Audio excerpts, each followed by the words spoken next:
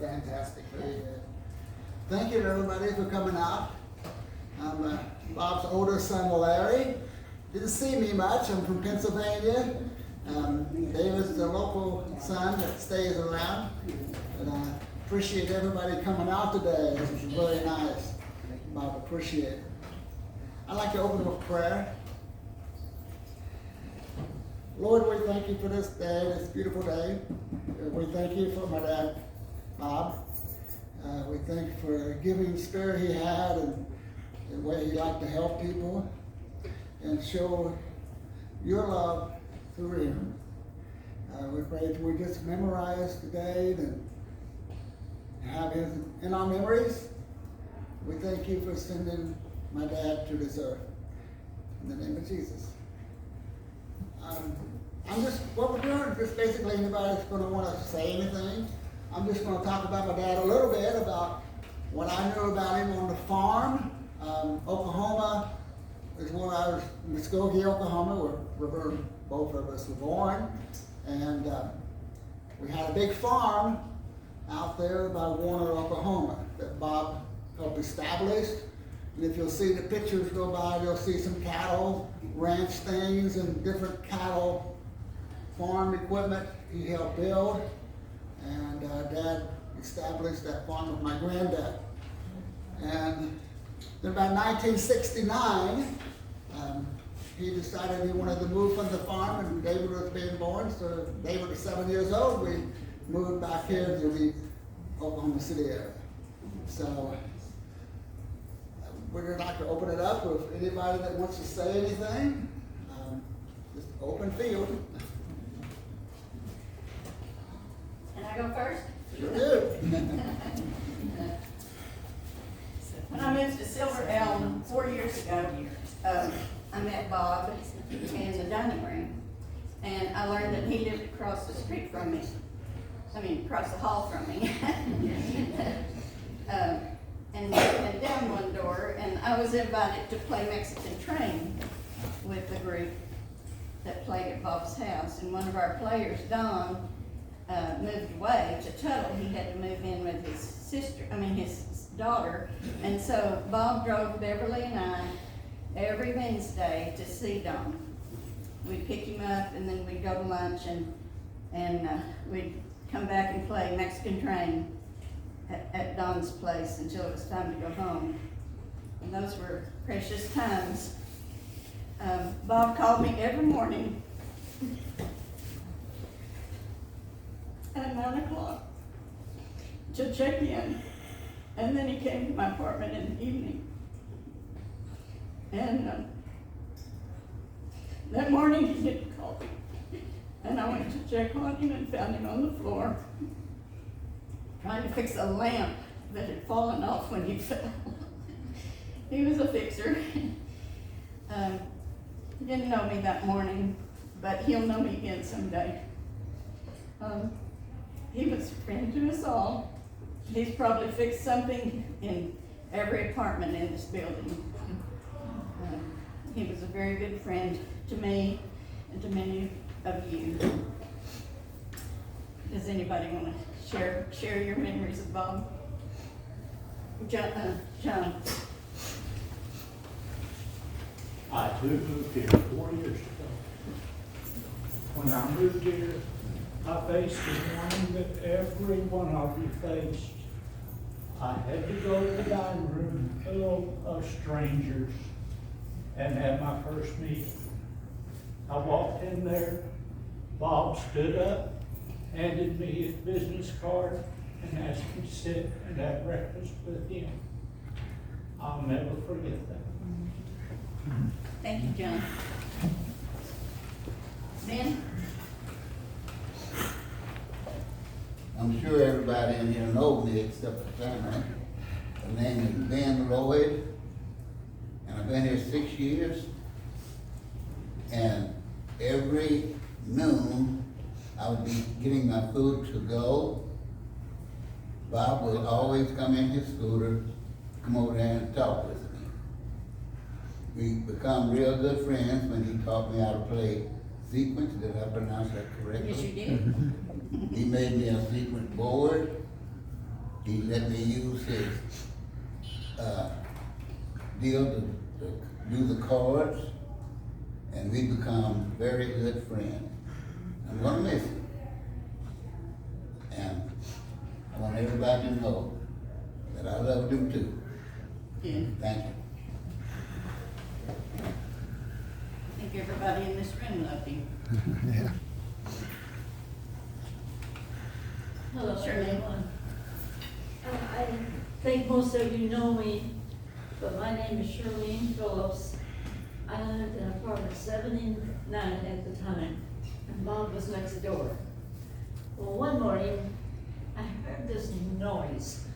You're thinking, what in the world? So I went to the door, and Bob was out there with a saw, boards, and you name, I'm not sure what he was doing. You know. And, the main thing that he was concerned about, he was making too much noise, that I was gonna be disturbed. No problem, no. But Bob was a good neighbor, he was always helpful in everything he did, you know. And,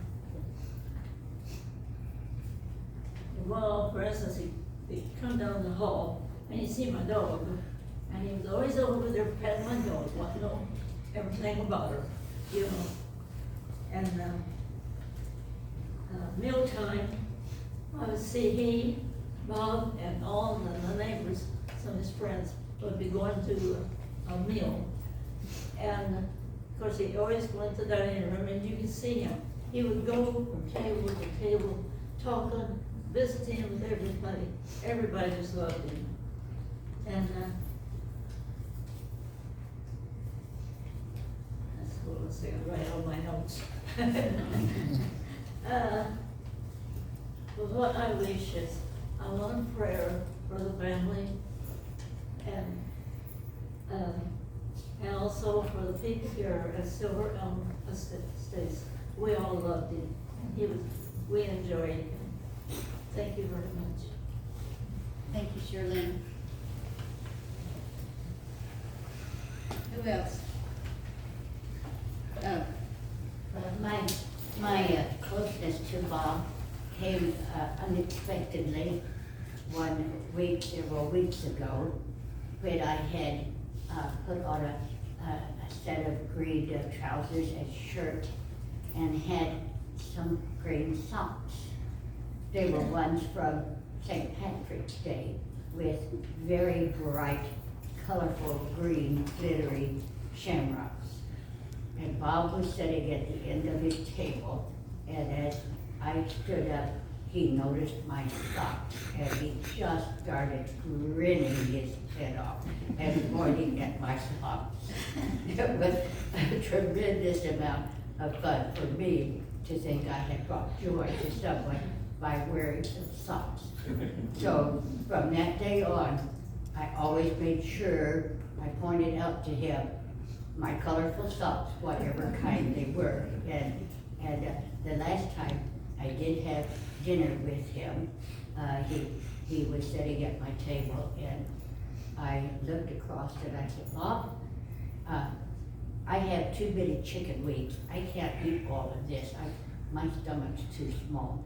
Would you like a couple?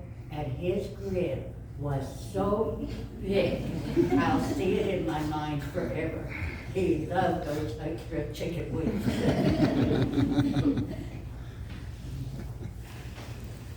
Uh, Cricket, and then Judy. Cricket and then Judy. Well, I'm Cricket over there. And I was Bob's neighbor for 6 years, or 7. And he just, I love him like a brother. And just really get to know somebody that many years together, you know. I told him, I said, Bob, I love you, I wanna be your sister, you know.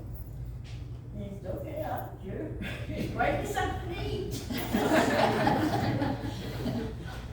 Which I did often, and he enjoyed it, and his ladies that played with him. And he was just, I couldn't have a better neighbor. I loved him. Thank you. Judy? I'm Judy Reeder, and I always felt like Bob was a kindred spirit because we both had brain tumors. And so I enjoyed him. He was a wonderful, wonderful man. Nellie? I want to remind everybody that Bob was our king. Yeah. So, when he and Beth were crowned queen and king, we all rejoiced. We thought it was the best choice. Thank you, Bill. I'm sorry, I can't call everybody's name. I know you, Geneva. Well, my husband died right after Thanksgiving, and it wasn't very long until Bob started inviting me to come play cards. Because he was so kind, he knew I didn't need to be sitting in that room grieving over something that I couldn't change. And it helped a lot. And it's just because he's a kind person. Thank you. Was. Okay. I'm Juanita Carr, and Bob has always been a good friend to me and Cricket. He lived next door to Cricket, and anytime we needed help, he was right there to help us. He was a very good friend.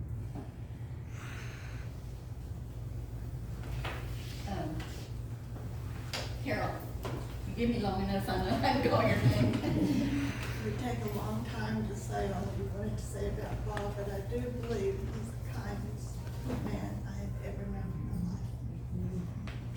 Thank you. Okay, you gonna talk about the birthdays? Well, yeah. When we first moved here, 2014, Bob and his friend were the first people we met. And eventually, we sat at a table, dining table at lunchtime. And this COVID thing really screwed everything up because we had 6 people at the table. And we could really have some excellent conversation and visit with everybody. And a group of us at the table and others used to celebrate our birthdays by going out and having a meal and going back to the bar and playing Mexican train and having cake and ice cream. And it was always a special time for special people, so we'll miss you. Thank you, Doyle. Oh. Tell me your name. I just want to say that Bob was a wonderful, kind, compassionate man. He took Beth and I to church a lot. He would pick us up right out front. He would drive us up to the door, and then he would come back and get us. Bob was fun to be around. The last thing that I did, just a day or two before he fell, I made a chocolate pie, and chocolate is my favorite. So I made this pie, and he couldn't come down to the apartment with some of the others. So I brought him some to the table and had it wrapped up, and I said, Bob, don't you dare give this pie to these ladies that are sitting there. He said, I won't. And Beth looked at me and said, believe me, he won't. And he did. I was glad. I feel like that I did something that he liked. Beverly? Bob was a very dear friend of mine. He was one of the first people I met when I moved here. He and Don Moberly and Don Brown met the truck when my son moved me in. And they've been a very good friend ever since. And you can tell the many friends Bob had by looking at this group of great people. He called me his sister, and he was my brother. Yeah.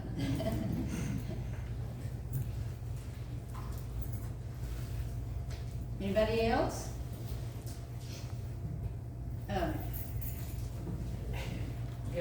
Darryl, thank you. Bob was a good friend to everybody, and was a lot of fun to play games with. He made me a secrets folder that I treasure, and I'll never forget one of the last things that he ever said to me. We were playing, and I made him play, and he said, now if you hadn't done that, I could have played. And then he just grinned that little grin. He's such a sweet man. Thank you, Vera. There are men just like there are women, but he was a wonderful man. I moved here 4 years ago this month, and he would look at me in the dining room. It sat right on a table just right next to the one where I sat. And I ordered lots of times chicken tenders, sweet potato fries, and sliced tomatoes. Well, one day I got my sweet potato fries before he got his food. And he looked at me and he said, what are you doing? You've got food before I did. So I picked up my plate, and I walked around my table, and I walked over there to him, and I said, you get you a sweet potato fry. We had the best laugh. He was a very nice, lovable man. Thank you, Bessie. Well, Beth, I didn't know Bob very well, but how I met him was that he thought I reminded him of someone that he knew, and we got to talking with each other. And so the last time that I was with him at all, we were down when you were playing the piano, and I sat on the couch, and he had someone hand a pillow so that I could put it behind my back. He decided I needed a pillow. And then when we came time to get up, I have a hard time getting up. And he got my chair and he got up and helped me up. I did not know he was as ill as he was, but he was a very special person. Was. And he served people to the very end. Anybody else? I remember one time when we six were sitting at the table, you and Bob ordered the same meal. And they gave Bob his first. So Bob gave her his meal. Bob didn't get a meal. They had read the ticket and said they'd already served Bob. They'd already served me. So That'll teach him.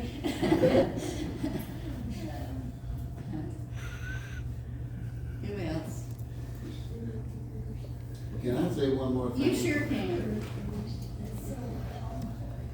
When I heard of the passing of Bob, I got it from my next door neighbor, Beverly Word. She's right back there. There it is. She told me, and I'm a 4th degree knight of St. Peter Claver in my church, and I got in contact with them, and we all had a special prayer. for Bob. Thank you. I'm That sure is he is resting at the hand of our Maker. Right. Thank you. Thank you. That's good, Ben.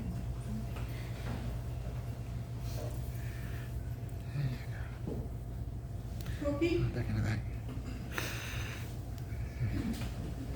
My husband and I moved here 4 years ago from Texas. We made the big move. And one evening, I guess it was the first evening, we were in the dining room and really did not know how everything worked. And here comes Bob and his friend, and they introduced themselves and told us all the things. And it's a memory I'll never forget. But I have to say something. I hope I don't get in trouble. After they met us and walked off, it took a few minutes for, are they a couple or what? But we kind of found out they were kind of a couple. But I just appreciate it so much. Thank you, Corky.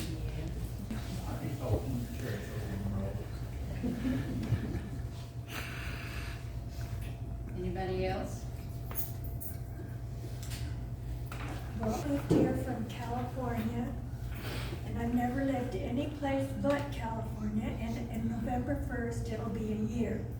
Oh my, it seems like it's been longer than that, we knew you. Well, it hasn't been, it will be a year. Okay. And it was so different for me because I never lived, as I said, any place but California. But my daughter lives here, and they told me that I hadn't moved because I was getting too old to live by myself. So I have a daughter that lives in Louisiana and a daughter that lives here. So I made the choice to come here. And it's a beautiful state. And I felt so alone moving here, you know, and I would get my lunch and sit up there and wait for it to take to my apartment. And Bob would come by on his scooter, and he'd always say, "Oh, you look so nice." And that just made me feel more at home than anything. He was so nice to me. And I thought, well, if all the people are as nice as he is, I'm gonna love this place. And I wore a pair of butterfly earrings that he would always say, "Oh, I just love those butterfly earrings." And it just made me feel so good. And he was such a nice person. And I couldn't believe when I heard what happened. It was very sad. But he was a wonderful person. And it made me feel at home here. Good.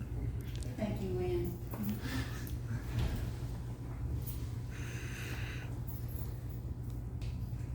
Y'all out in the hall, anybody want to speak? Anybody want to speak? Here's.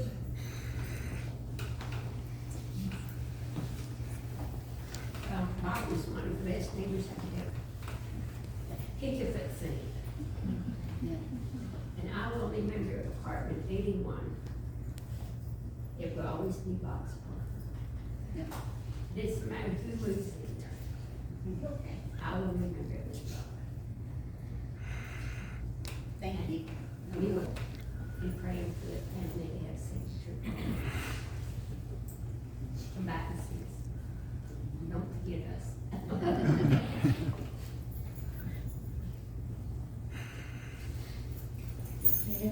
Uh-huh. My name is Gay. You and Bob were the first two I met, I think. But I was mostly impressed at the end of his journey when he was uncomplaining, no matter how bad he felt. And that, to me, is what we should all. Yeah. Thank you.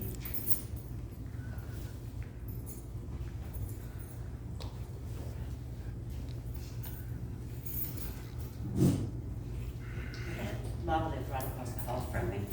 I've been here for 2 years. I didn't meet him right away. I met Beth. She met me the day I moved in. But then we started playing Mexican Train every night, or sequence, or something else almost every night of the week. But Bob was like, one night at supper, I said, "My key won't go in, my key. I can't get my key in." And so we got back from supper, a little knock on my door. and there's Bob with his WD-40 for me to go put in my door lock so it would work. He was just so thoughtful always. Thank you.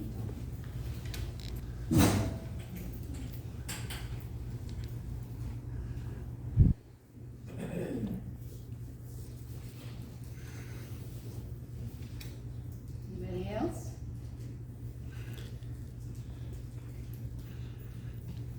All right, I'm the young one in the crowd. Bob would always kid me, and I was one of the newer ones here. But he was funny. He could come up with the jokes and the comments to me, and I'm going, whoa, where'd he come from? He was fun, he laughed, he had a smile on his face, even when he wasn't feeling good. Yes, absolutely. He was a treasure. And we should all hope that we can be loved like this. Yep. Hope and pray. Pretty hard. Thank you.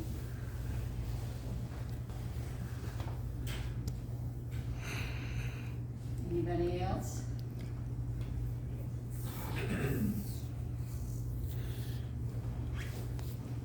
Pat? I really haven't been feeling well, but I've got to say good about Bob. He was just a special, special person. When my husband and I moved here 3 years ago, like John, we dreaded going down to the dining room the next morning to eat.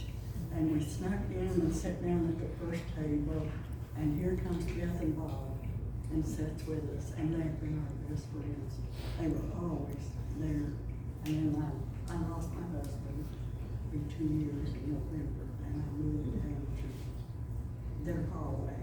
Well, I started playing Mexican Train and Bob would play when nights he did not even feel like it. He would. But he wanted to play. And he was just, he fixed every little thing that needed to be fixing. I had a little screw missing in a shelf. He brought a little screw exactly like and put it in that shelf in the third corner. I'll always remember that special little screw in that shelf. But Bob was he was just a very special, special person. And none of us will ever forget him. We'll always remember. I think we all need to set our example on his. Thank you, Pat.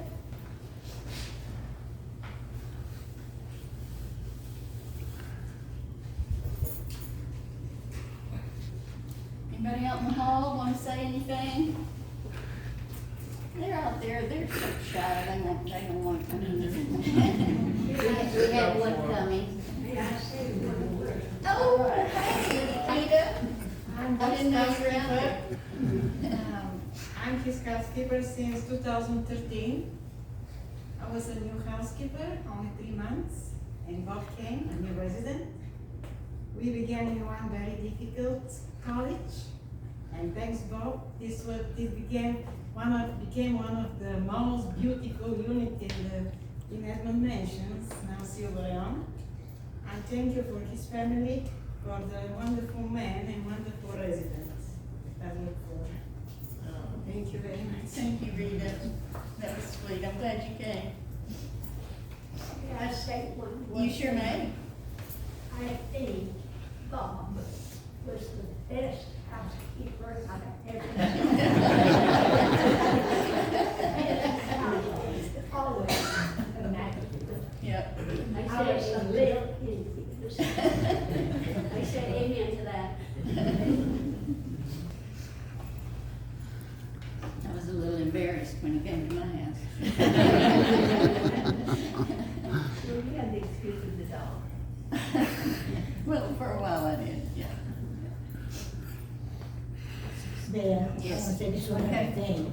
This world, I think, would be a better place if we were more like us. Yes, it would. Did you hear what she said? This world would be a better place if we were more like Bob. Really? We also want to thank the family Yes. for having this memorial, because many of us could not get to the church yesterday. And so we really appreciate you having this memorial for us Thank to you. say something. Thank you. Thank you, Beth, for having you guys come do this. She mentioned it to me, and I thought it was a tremendous idea. Because you guys stop us every time we come up down. I wasn't gonna talk, but I'm gonna talk real quick.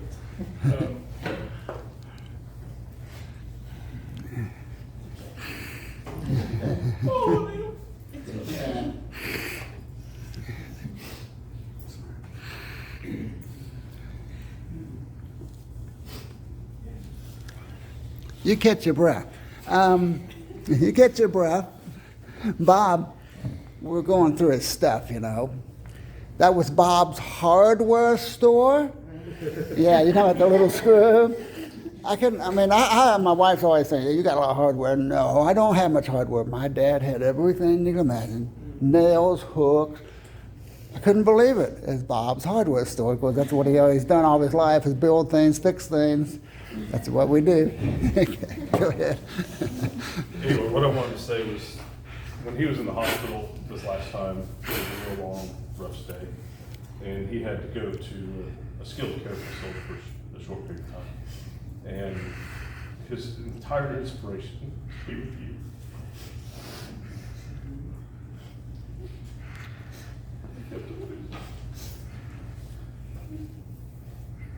Get to where you can be safe so you can be with your friends. All he cared about was trying to get back to be with you guys. He loved you guys so much. Thank you for your friendships. Thank you for playing all the games with him. And the time that you spent with him. He cherished you guys, and he loved this place. And that was his motivation to get back home. And he worried these last couple months about what's next, where are we going to go next, you know, what's going to happen next. And all he cared about was, and I kept telling him, Dad, we're going to leave you here as long as we possibly can, because I want you to be with your friends. And that was the most important thing to him, was to continue to hold on to you guys. And he loved you very, very much. So thank you guys for your friendship. And thank you, Beth, for all you did for him. And giving us the idea of having this memorial service. He would have loved it. He would have loved seeing you guys. You know how it was. So thank you guys so much. Beth? Yes. I just want to let you all love Bella, my dog. Oh man, she'll have anything to do with it. Beth, come to the hall and come to play with her. And she started running, and she realized where she's at. And she went right around Bob's door. She be coming to me, come here, Bella, come here, Bella. She goes right in his door. Coming to me, she's going in. She did. We love dogs. Dylan? I'm his youngest grandson, Nolan. And you guys know me, only a few of you probably know me. Every time I would go to his place after my dad would go shopping for him, he would always ask me how school's going, what grade I'm in, how my grades are. I would always tell him A's and B's, and he'd tell me good job. And he asked what grade I was in, and I would tell him fifth. I was in fifth, and then I told him I was in 6th and 7th grade. And then a few Mondays ago, he asked me what grade I'm in, what grades I'm doing, and how school is. I told him I'm still in 7th grade. Luckily, haven't been kicked out yet. I got A's and I have almost straight A's and only 1 B so far this year. And that I don't remember the other thing that I was gonna say. Thank you, Dylan. That was great. How about any other grandkids? Come on, you can do it. Just a memory from a long time ago. I'm the grandchild of Jonathan, by the way, 42 years young. Anyways, I don't even know how old we were. It was all 3 of us in this truck one day. I think we were going to go out and do some errands with him or something. he was getting something outside the truck in the parking, in the driveway, which is slanted on the hill. Next thing you know, the truck starts rolling backwards, and his face was like freaked out. He's running towards the truck, trying to grab it, whatever he can do. We end up going up going down the hill into the street, and then up into someone else's yard and stuff. It's totally screwed it up. But that's just a memory I got from like a long time ago.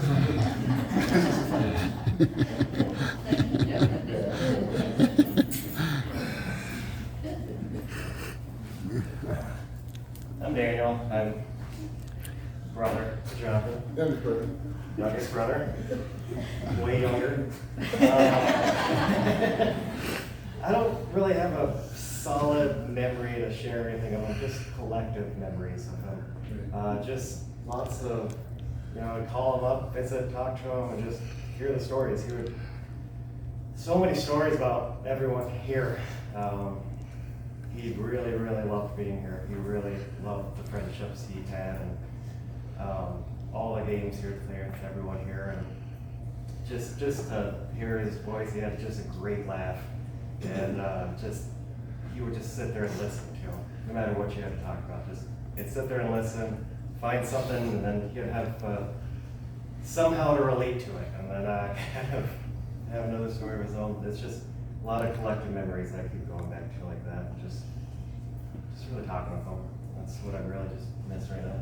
Well, hang on to those memories. Oh, I am. Thank you.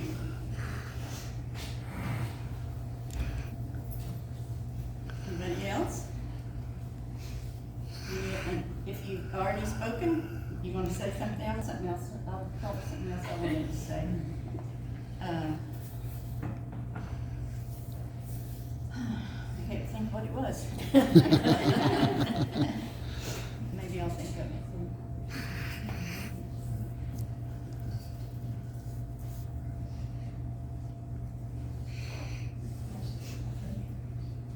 He was certainly one really kind person. He was what? Kind, he was very kind. Yes, he was.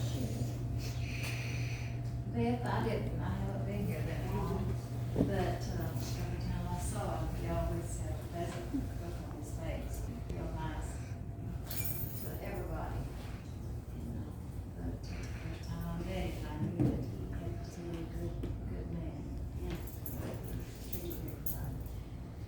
And I was glad that I had the opportunity to meet him go on as I said. Thank you. Another thing that I forgot to say was after we chased the biggest steam locomotive in the whole entire universe.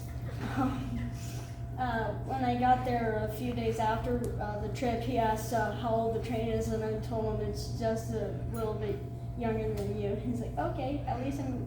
And they started going, oh man. And he thought I said 1931 instead of 41. And I told him no, it was built in 1941.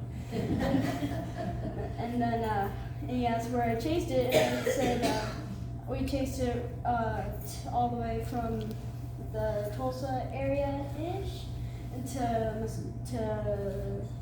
think it was McAllister. And that's where we stopped for the night. So I kept talking about him about all the trains I've ever seen. So it was awesome. Dylan, he was so proud. He told me all that I'm sorry, all that you knew about that train. He was so proud of you. And he's proud of the rest of you grandkids. He really was. Love you all. Anybody else?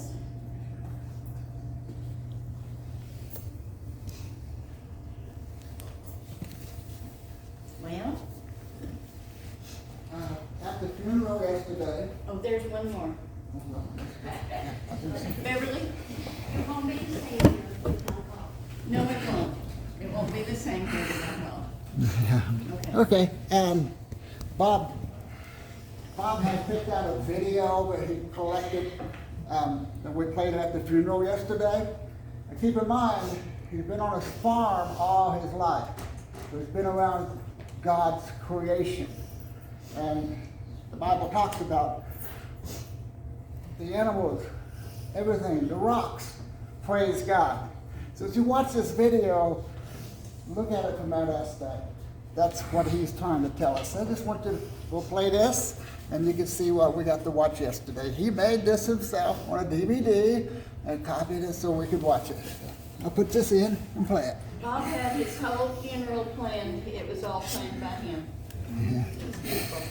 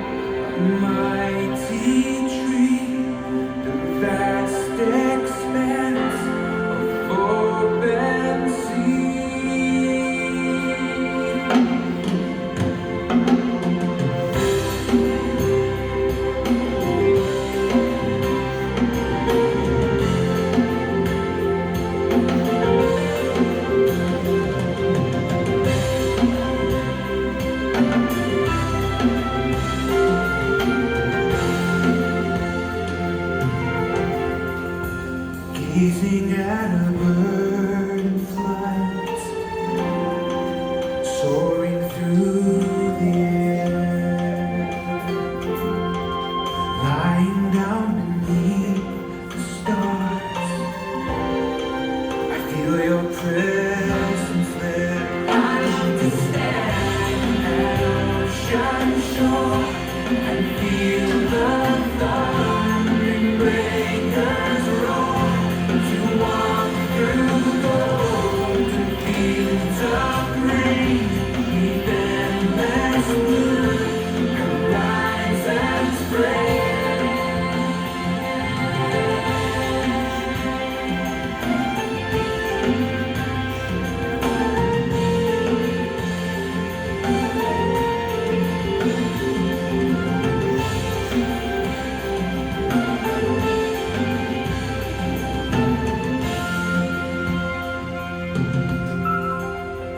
Listening to a river run,